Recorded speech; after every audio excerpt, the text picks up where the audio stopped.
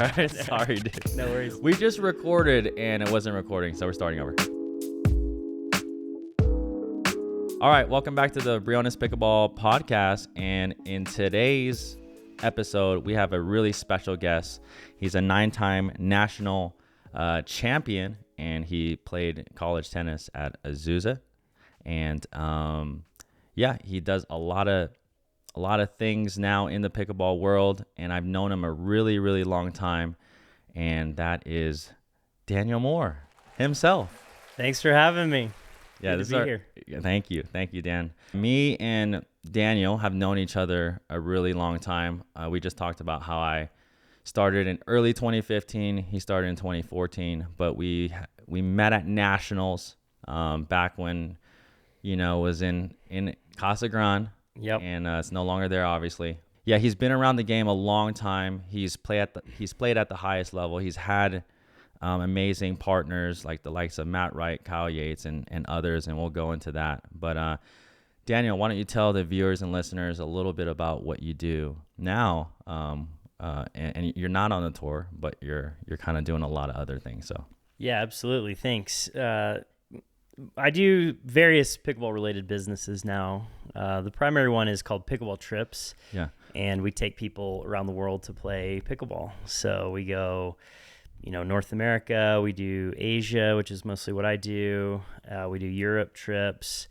And we just go around, travel to beautiful destinations and play pickleball there with local players. And we do some clinics and sightseeing. Yeah. So it's a really cool way to see the world, especially if you want to go on vacation, but you can't imagine, going a week without playing pickleball. Yeah. Then it's a good way to travel.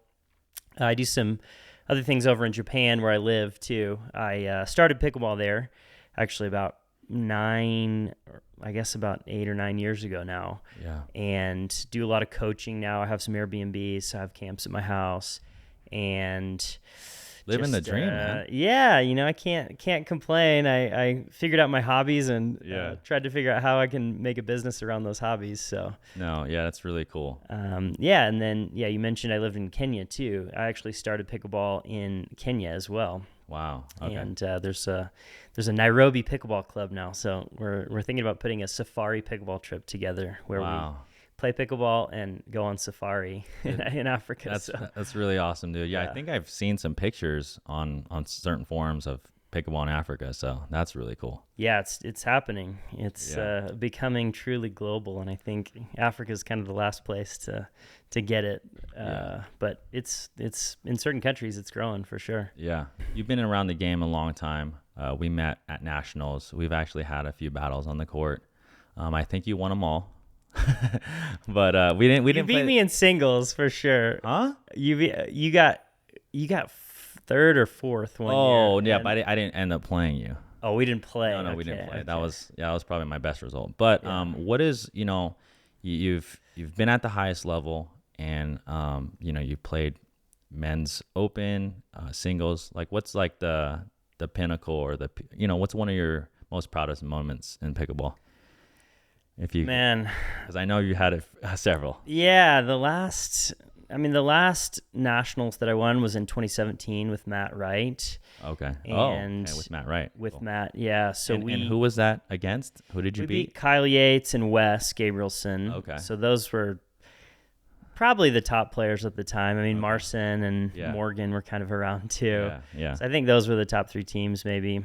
Ben had just started getting into pickleball too. So I think we actually played Ben and who did he play with that year? Joey Farias in the bronze medal match, and then we came back and then had to beat Wes and Kyle twice. So I think that was probably the highest, point, I guess, that and that was kind of when I stopped playing as seriously. I mean, I got more serious about the stuff that I was doing in Japan. Got it. And teaching over there. So, and that's kind of when I realized too, like, okay, I can't just like show up anymore and win medals. The level was already getting quite a bit higher at that time, and that has only exponentially increased that everybody's playing all the time. So you have to do that to be competitive at the top level now. I actually do remember I was there for that match. I don't know if I watched the whole thing. Speaking of like levels, like what do you think, you've been around a little bit longer than me, almost a decade now. What do you think, what are some like top 3 things that you think that has totally changed? And we could talk about not the structure of pickleball, but more like strategy in the game, like game styles. Is there, what are some top 3 ones that you really think that's changed? I do think at the higher level, at the pro level, there's a lot more speed now than there was back then. Yeah. And I think a lot of lower level players see that and they go, oh, well, I need to use more power too. But at the pro level, they can actually control the speed really well. So they can keep it like within a few inches of the net and get it down to the feet, even while hitting that fast. Yeah. So I think that's one thing. Like guys are just so fast and they're speeding up faster. But then the anticipation is so much better too. So, you can't ever expect to win the point off of a speed up or anything like that. Like it takes several shots. And then I think I do think the level of physical fitness and training has really changed. So guys are doing this all, full time, and they're working out, they're drilling 2-3 hours a day. They're playing every weekend tournaments. Yeah. So what you have to put your body through nowadays is so much different than what it used to be. I mean, you'd have 2 or 3 easy rounds, 7 or 8 years ago at nationals, even at nationals. Yeah. But now, I mean, every match could be 3 sets, and then the qualifiers are now qualifiers really tough, right? are probably like the semifinals used to be. So I just think overall the level has gotten so much higher, and awesome, man. Yeah. Every shot has to be perfect, and you have to focus for so much longer now because it's just they're just so good, right? Yeah. You and me both as instructors and as students of the game, we've been around a long time. It's actually, I don't know, to me it's really cool to see the game evolve over the years, and and even the players even before us, I'm sure they've really seen it evolve, but I think in the last 7-8 years it's really transformed. Yeah, I mean, I would argue we haven't even seen the full transformation of pickleball yet, because this is kind of what I'm working on too, is getting Asia into the sport.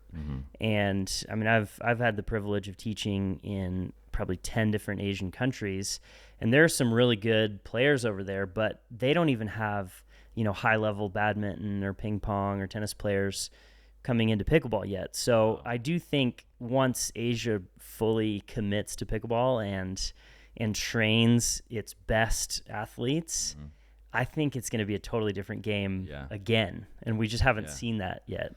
What do you think are 1 or 2 things that we haven't seen yet? Or where do you see the game going? Let's say 5 to 10 years from now.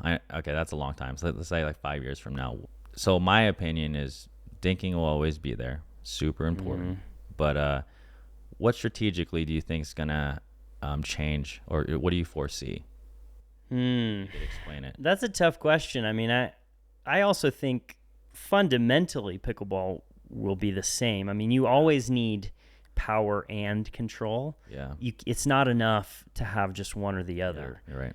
So I do think everyone's going to need both, and everything is going to have to be better, faster, harder, lower on the speed, but also, more controlled, more precise, more accurate on the control as well. So I don't think there's going to be any nobody's going to lob every shot or something, right? Because it's too easy to anticipate. But I just think at every level it's going to be more crisp and more just lower, more concise, longer rallies, faster hands, harder overheads. Everything's just going to kind of level up one step, I would say. Yeah, dude. It's been, it was even great to see you back in the day play. I mean, we hopped on the court a couple of days ago, and you still got a really good game.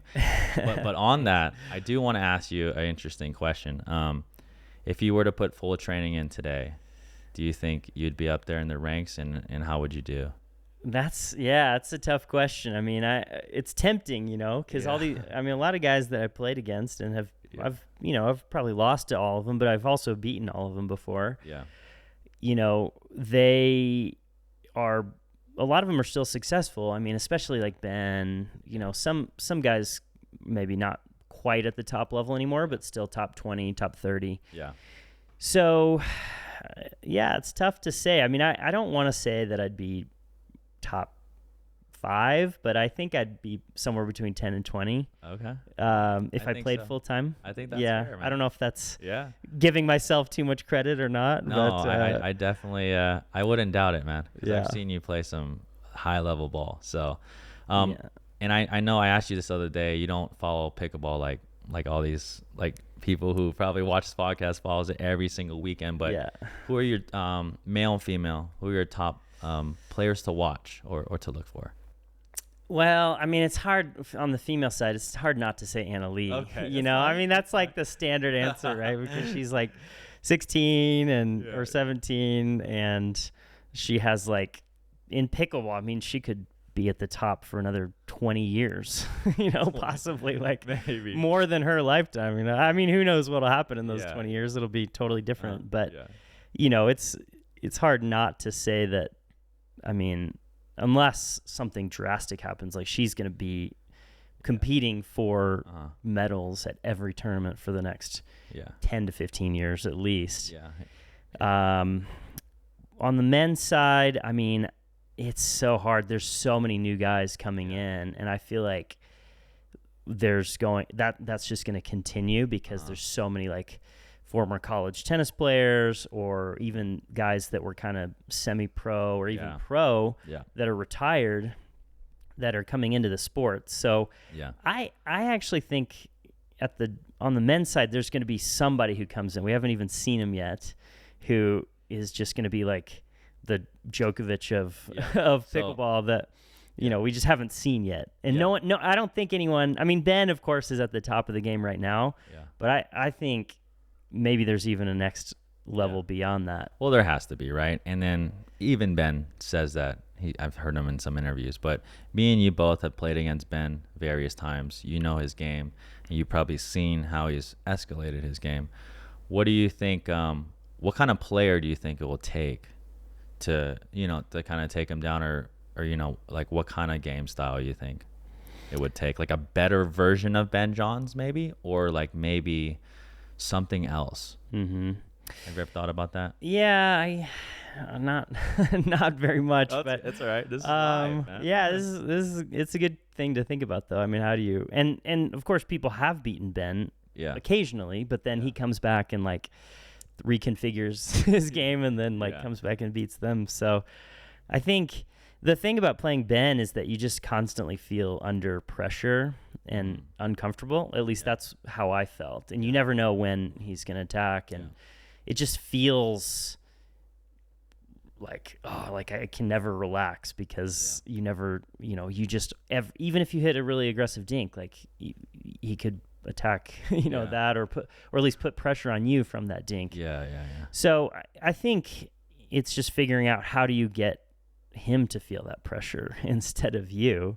And I don't know if it's a better version of what he does. I mean, that seems to be how people beat him in singles, like JW when he beat him, he just kind of like copied his game, it seems like to me.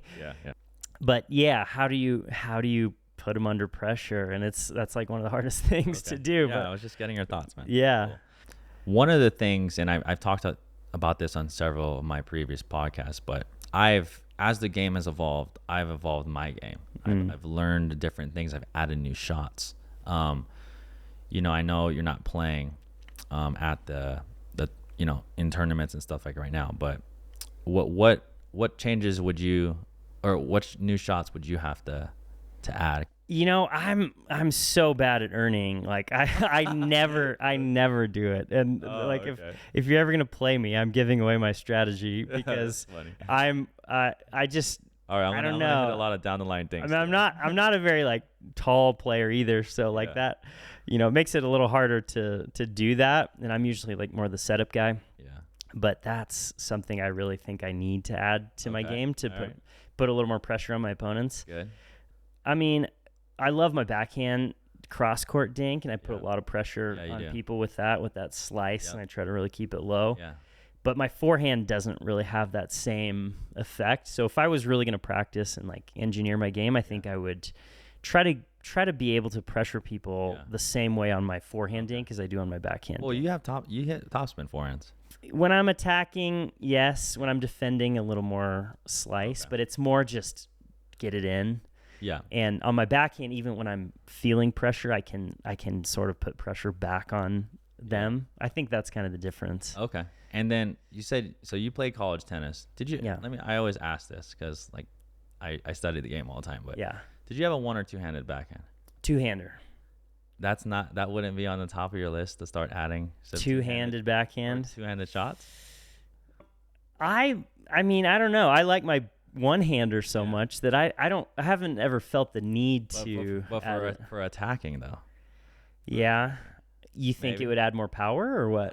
I think the way the game is changing. I mean, you have so many shots. Yeah. So, but I just think that I think that you can start to work on that, man. Possibly. I mean, I don't know. I guess maybe that's why you have a coach. Like a lot of these, pro guys are getting coaches because they can point things out like that out. Yeah. But that's the one thing that Ben has added in his game. Yeah. Over the years as well. Yeah, I just don't know if I could get more power from a two-hander. It seems like I get more whip from a one-hander, but maybe that's something. Yeah. Maybe it's just like a blind spot that I have on my own game. But all right. Well, maybe we'll have to experiment. We'll have to work on that. Yeah. Okay. You can teach me, Jordan. I'll try, and then you can teach me your slice. All right. Yeah. So you're in Japan now. You do these pickleball trips, and players come to you. They train with you, and you do trips all around the world and stuff, right? Yeah. What's your like favorite thing that you do currently now? Because I know you do a lot of stuff. Yeah, I mean, I do even non-pickleball stuff too. I have like a guiding business in Japan where I take people on outdoor trips, so I get to do a lot of cool stuff. But I love the pickleball trips. I mean, it's really good excuse for me to travel too. Yeah. But it's just, I don't know. It's all pickleball people that come on these trips. So they're all, they all like the same things. We're just talking about pickleball the whole time. And then does that get old or something? Or you I mean, it can. Like if someone, well, sometimes we have like non-pickleball players join with their husband or wife. And they're like, oh my gosh, guys, let's start talking about, can we talk about something else, please? Because for 9 days straight, we've been talking only pickleball. Yeah. So I think as an outsider, you could get a little intimidated by that. But no, but it's fun. And it's crazy. Like 16 people come on a trip. They don't know each other.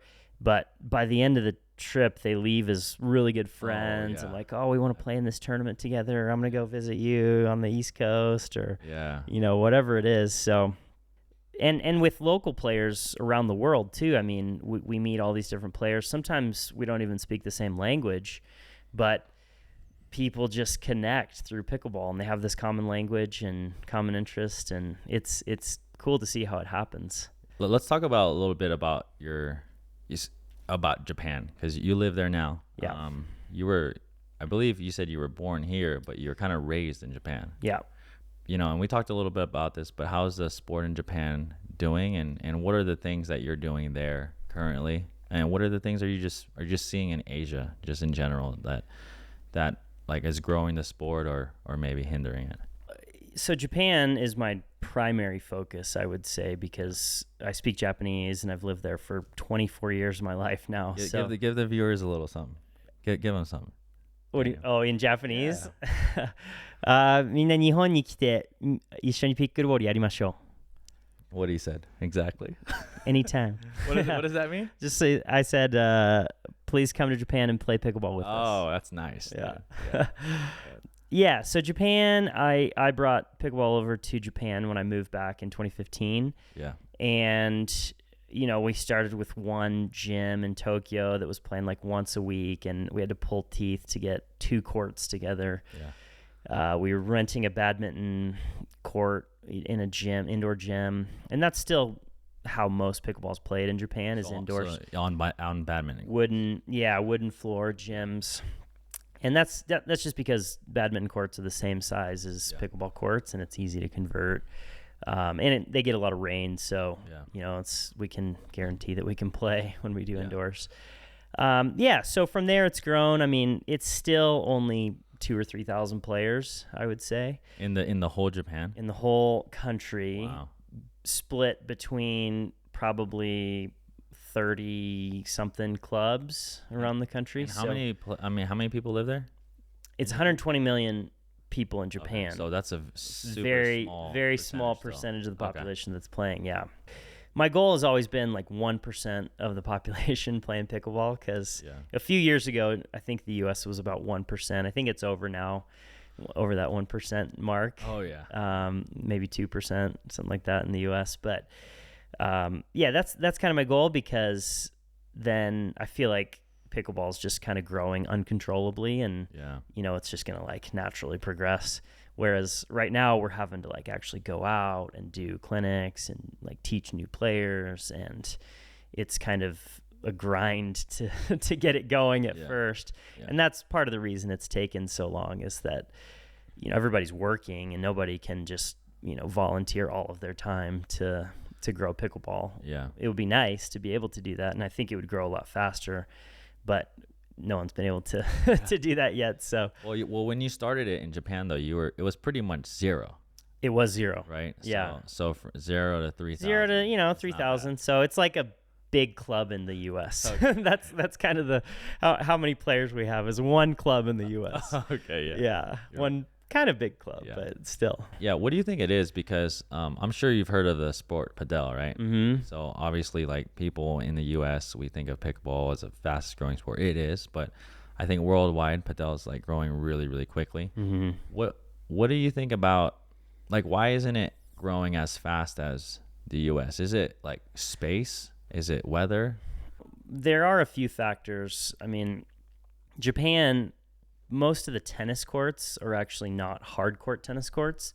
They're either clay courts or there's a artificial turf court called Omni that the pickleball doesn't bounce on. So that's a huge problem, because does it bounce on?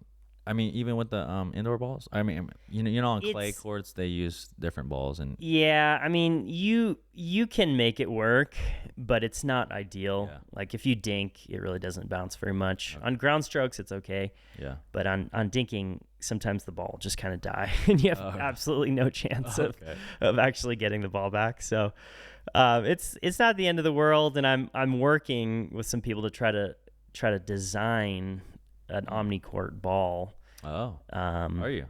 That's interesting. I shouldn't say I am, but I don't know if I should say this even, but there's a paddle company that's actually working on designing a ball for omnicourts. Just for omni, or maybe for clay as well? Because like for both? It might work for both. Yeah, I don't know. There's also some carpet courts over there, but anyway, that's one of the main reasons. And then I think Japanese, I mean, there is not as much space, so that's another issue. And then we're mostly playing indoors, so like when you're outdoors in the States, a bunch of people just see you playing and they're like, what's that sport? I want to play too. And it just kind of naturally progresses without you even really doing anything. Whereas indoors, you know, you never see other people playing, because unless you're the next people playing badminton or whatever, you might, you know, come across it. But I think that's the reason. And then, you know, Japanese people, they like to do what everybody else is doing. So if there were more people playing pickleball in Japan, it would grow a lot faster too. But because it's so small, nobody knows anybody else who's playing. So right now it's only like really adventurous people, or really, you know, people who have some kind of connection to the U.S. And what's the demographic? Because like, when we first started, and it's still heavily older, like seniors or 50 plus. What's the demographic in Japan playing? Is it the same or is it It's I think because it's so new, it doesn't really have that image of being like a senior sport in Japan. Oh, okay. So it's actually a lot more varied than it is in the States. Oh, that's cool. So we have, there's sometimes 3 generations playing together. There's, I'd say more people like 40s, 50s who maybe used to play tennis or badminton and they've converted over. Yeah. But of course you get the senior places too. Different clubs are almost entirely seniors. So yeah. It all kind of depends, and each club looks a little bit different, but I wouldn't say it's as, I don't know what the word is, age separated as it is in the States. Yeah.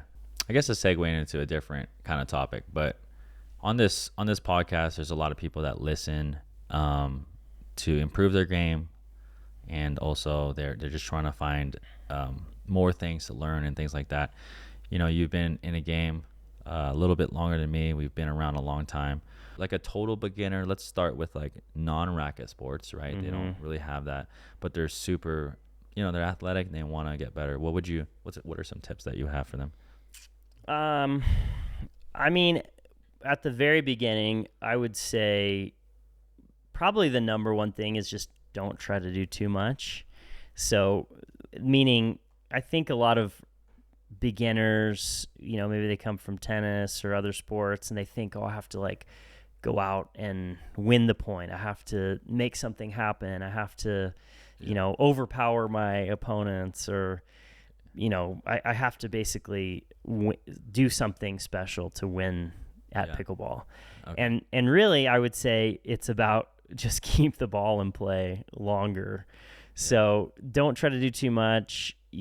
Really try to keep everything as simple as you can possibly make it. And I like that. As long as you try to keep everything, low, hit softer than you're used to, because you just don't need very much power.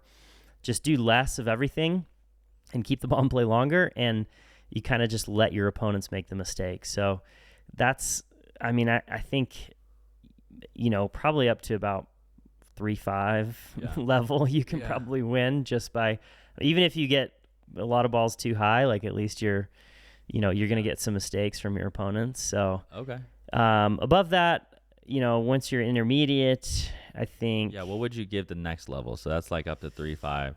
So, for players aspiring to be 4-0 plus. Now there's different things to add and things like that. Mm-hmm. What do you think? Or how do you coach players that are really trying to advance in the higher levels?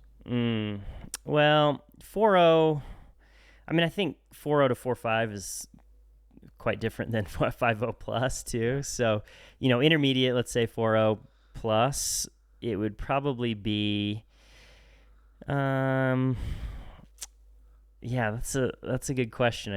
I'm trying to like distill all of our stuff into one. No, I know. One nugget of advice, but it could be several things maybe that you can take away. I would say, ton, right? maybe shot selection if you boil it down. So I think at the intermediate level, a lot of times people just kind of they just kind of get their serve in play anywhere. Yeah. They just kind of get their return in play anywhere.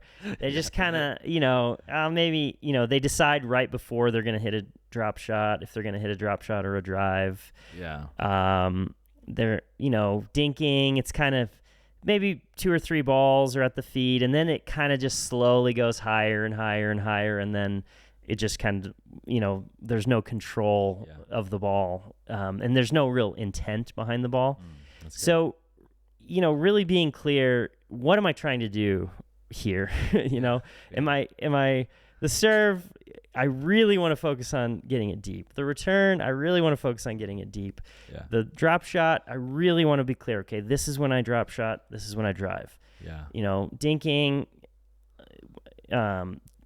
really try to get it to the feet, right? So not being like halfway between either one. And the problem is at the intermediate level, you get away with that kind of play.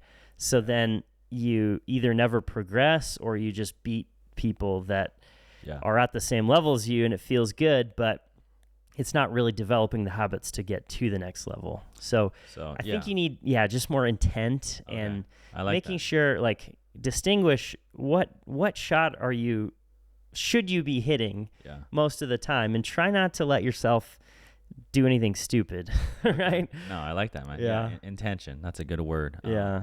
So maybe, I mean, not maybe, I know that, all high level players, 5-0 plus, that's what separates them.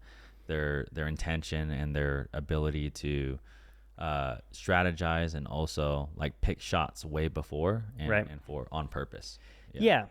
And then, really not hesitating on that, right? I mean, it might be the wrong choice once in a while, but it's better to just go through with it with the wrong choice. I tell players that like one of my sayings is like, the worst decision is the indecision, right? Yeah. So, because like when you halfway, like sometimes like, or for a lob, let's say you want to hit a lob over someone's head, like halfway between a dink and a lob is going to be a smash, right? Right. You're in trouble. Yeah. But if hesitation kills. That's kind of what we say. Okay. And the other thing I say is, you have to know the rules to break the rules. At the intermediate level, try to stick to the rules, I guess, as much as possible. I mean, really make sure, you're getting everything, low, and just kind of, it is still more about waiting for your opponents to make the mistake. So if the ball's high, go for it. If it's low, hit it soft, right? That's kind of like a rule that you probably don't want to break too often at the intermediate level. Okay. But at the higher level, the pros break those rules all the time, right? So they're speeding up from the lower level, but it's because they can always go back to the fundamentals that they have developed at the intermediate level. So you kind of have to know those rules and be able to keep those to be able to break the rules and do something different, because at 5-0 and above, you become predictable if you're following the rules all the time. So that's good. That's kind of what I would say about getting above the 5-0 levels. Like now you actually have to make something happen, do something different. But you always need to be able to go back to your controlled soft game. What do you think, like a part of your game that's made you really successful on the court? Like certain attributes or I think thoughts or mentality or whatever. I mean, it's kind of what I've been saying is, I mean, there are entire games I've gone where I like haven't missed a drop shot, for example, or I mean, on my backhand dink when I was playing, it was probably one of the best, backhands in pickleball, and I could just do that all day. And I'm usually the guy that just kind of sets it up, keeps the ball in play, and waits for my partner to go and make something happen. So I think, I mean, I kind of describe it as like no mistake pickleball. I just at the very basic level try to keep the ball in play longer than my opponents do. Okay. But you do attack a lot, dude. Your forehand is really offensive, though. Yeah. So I guess go on YouTube, search Daniel Moore's forehand, and you'll find some winners there. I guess it's going back to that though. Like when it's risky for me, I try not to attack. When it's a little less risky, then and of course above 5-0, you have to take some risks. So you're going to make some mistakes, but trying to reduce those errors is the number one thing that I think I always tried to do, and keeping track of my own errors too. Like I'm kind of playing a game against myself. Like, I've hit 3 dinks in the net. Like I cannot hit another dink in the net this game. Because you just have to reduce your unforced errors. Yeah, for sure. Yeah. For sure, man. One thing that's really interesting, and we met at Nationals, it probably was 2015, maybe 2016, but just the level, right? I mean, we've talked about how the sport has exploded, but just the level of the industry. So, like speaking of like, it's just the funniest thing because I think one of those years is when I first got sponsored by, and it was with Engage Pickleball. But the sponsors back then, were just like free paddles and a few shirts, you know. Right. Now it's just, it's at a ridiculous level. Where do you see, or what are your thoughts on that? And then where do you see like kind of the sport? I mean, how high can it go? I mean, it's just funny because back then, I mean, pros were playing for like zero prize money, right? Or like $500 or something $500 if you won. Yeah. It's a different world than it is today. That's for sure. I think it seems though, maybe it's already started to dial back a little bit. I don't know. I mean, it seems like the top few players are getting tons and tons of money. Yeah. And then for everybody else, I'm not sure if it's, I mean, there is more guaranteed money. I mean, MLP is paying everybody to, be on the teams, and there's more, guaranteed, appearance fees and things like that.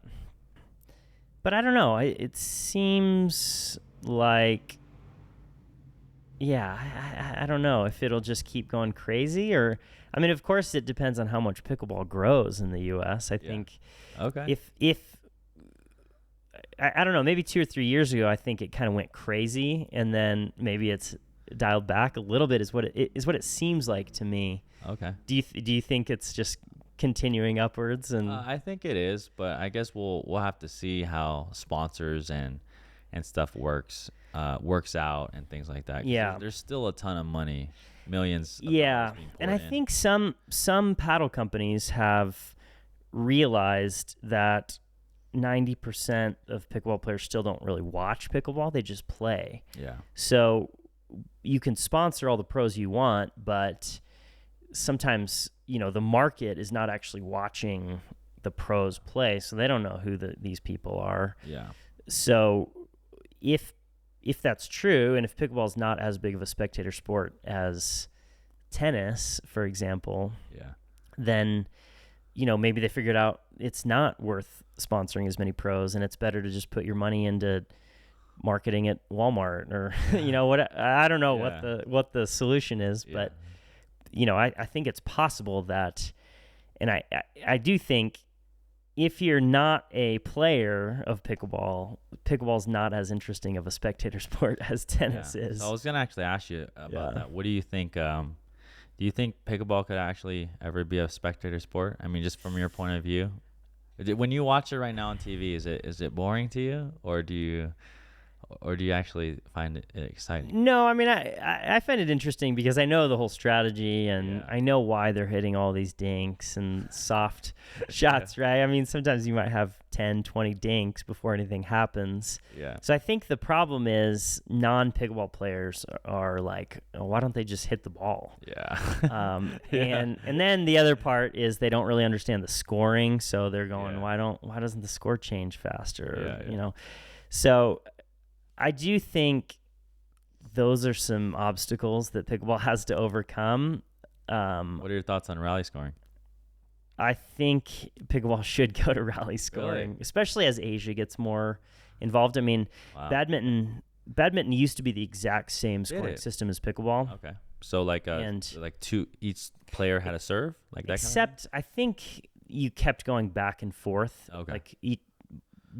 Like each team didn't get 2 serves. You would just go 1 serve on their team, 1 serve on your team. But you only could score on your serve. But you can only score on your serve. And ping pong used to be the same way. And of course, volleyball used to be the same way. And all those sports are much bigger than pickleball. And they've all gone to rally scoring. And I think a lot of it is the spectator side because you need to know exactly how long the game is going to take for, commercials and things like that. And I think it's also, it makes it easier for spectators because there's a point associated with each shot, right? So I think if you're going to get non-pickleball players to watch more pickleball, it has to go to rally scoring. And I've actually said that for probably 4 or 5 years now. Oh, okay. And it's just easier to teach new players too. That's a huge part too. There's so much confusion it's about pickleball scoring. Even if people who have played pickleball for years, I mean, how many games do you have an argument about the score and somebody forgets the score, somebody calls it wrong, or blah, blah, blah. And I'm not saying rally scoring would solve all those problems, but I think it would make it easier because you only have 2 numbers. Yeah. Yeah, that's funny. There's obviously a lot of people in the sport that has been around a long time, and they want to keep the same things. Because of the tradition and things like that. And that's very valid. What are some rule changes, or anything in the game that you think has made a really dramatic difference? And is there anything that you would think about, like, leaning towards changing today besides rally scoring? Well, I don't think there have been any major changes since I've been in the sport. I mean, the serve change, I think, and the serve continues to change. So I'm not sure what's gonna happen with that. You weren't playing tournaments during the whole spin manifest, though. Right. I wasn't. Yeah. So I never had to really face the Zane Navratil serve, but I think it's good that, and they kind of explain the reasons why they went to the non-spin side, and that's because they wanted to keep things equal, and the whole point of the serve, of the other underhand serve, was to make the rallies last longer. And so I kind of understand that and why they did that. Of course, there's the bounce serve now versus the hitting it out of the air, and I don't know if those are really major changes that affect the strategy of pickleball that much, but I do like that. I think they've still kept most of the rule changes focused on the recreational players and not the pro players. Yeah. I think most of the reasoning for any rule change is, okay, this is what pickleball has made this is what why pickleball has been popular up to this point, and how do we continue? How do we keep pickleball fun and engaging and all that, rather than kind of catering to the pros? Because I think if you're focusing on the pros, you would do some different things, like allow the spin serve, or I don't know what else. So you said the last national championship you won was with Matt Wright. In doubles. Did you place in singles that year or no? I think that might have been the last time that I also placed in singles. Who won it? I think I lost to Tyson. So Tyson won it that year. And I might have gotten bronze, and then Kyle got second, and then Tyson first, I want to say, but I can't. Or maybe Marson was in there. Marson that's true. Marson might have been. It's too far back now. I thought you were gonna know your. Can't remember. I can't remember. It's all right, man. So, Matt Wright, we've seen his game progress, and being the oldest among all the youngsters. What do you think about that, man? I mean, you played with him. I mean, how have you been following his game at all, or do you ever watch him play? Yeah, I watch, him and Riley play Ben and Collins a couple times. I mean, I don't know how many times they've played, hundreds maybe now, but in the final, hundreds of finals,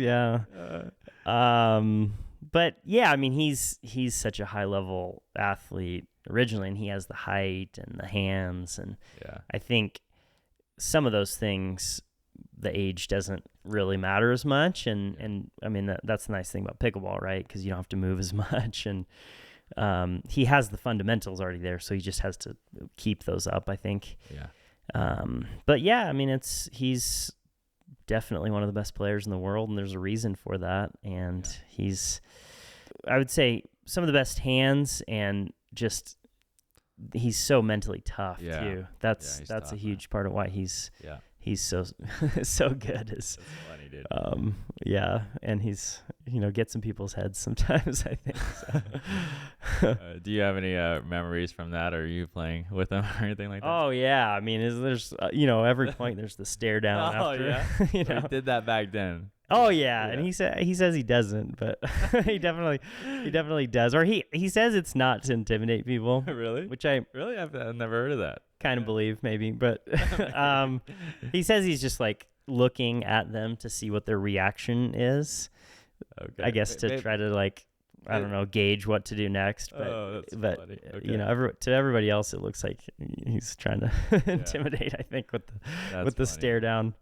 Well, one of the things, Daniel, that I can really say is that, you know, being a pro back then, you know, one thing that I really liked about you was, you know, how genuine you were and how nice you were to everyone. So thanks, I do want to know that I super appreciate that. Even after, I think it was that I played with Dave Wage, and then I think we played you and Matt Staub, and it was that same nationals, but we went out. I think we saw you guys at Chipotle or something. Yeah, then, that's right. Yeah. Right afterwards. Yeah, we just ate together, and that's one of the things like I really miss, and I'm sure a lot of the people that has been in this game, you know, 6 years or a little bit longer. You know, everyone was super close.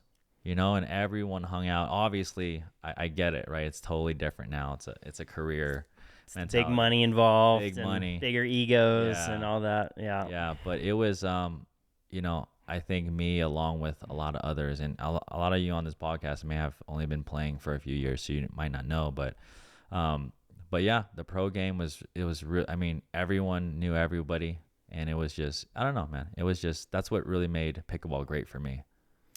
Yeah, I agree. And I think pickleball still has an element of that. I mean, you know, I think the pro level, of course, is a very small segment of the population. So I think in the recreational game, I mean, it's still a very small world. Everybody knows each other. It's really easy to get connected to different people in the pickleball world. So I definitely agree that pickleball should keep that culture and that friendliness and of course, you know, the more people are involved, the more personalities there are too. Yeah. But it would be nice to keep that culture. Yeah.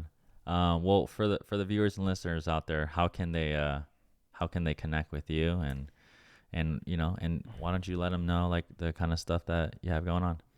Yeah, absolutely. So pickleballtrips.com is our business that we run. That's where we do the trips around the world. If you just look up our website, we have a contact us page. I think that's probably the best way to get in touch with us. And we have all of our trips listed on there as well. So you can check out all the destinations that we're offering. And then a couple of the other things I do. One is the High Performance Pickleball Academy. That's our online course. And we do some camps and stuff. And then we do a lot of camps in Japan. That's just kind of on my own. Yeah. So people, for Japanese, or you're talking about people fly out? Well, we've only done Japanese camps so far, but what I'm going to start doing, especially for players in Asia, is, you know, just do like a week-long camp at my Airbnb. We play every morning, do some coaching, and then in the afternoon we do cultural activities. You know, maybe we'll go hiking or... you know, eat sake sushi? tasting, sushi making, whatever it is. We'll do lots of different cultural activities. So it's kind of like half pickleball camp, half tour. So that's definitely something I'm working on. Cool, I don't really have a website for that yet, but you can email me at pickleballDaniel@gmail.com. So yeah. Cool, man. Well, Daniel, I do really appreciate it. Yeah, man, we're going to hop on the court, get some hits in. That's right. We might not be this friendly after this podcast. We'll see if he comes back for another one. But yeah, it's great to be here in Colorado Springs. This is where, you partly grew up here? Just for 2 years of high school. Oh, for 2 years of high school. Yeah, but my family's here now. Yeah, your family's my here parents now. are here, so that's where I always come back to visit. Yeah, thanks so much for joining us in this episode. And Daniel, if you want to close it out in Japanese pod. 今日は参加していただいてありがとうございました。またどこかのピックルボールコートでお待ちしております。よろしくお願いします。All right, Daniel. Thanks again, man. Thanks. And we'll see you in the next episode.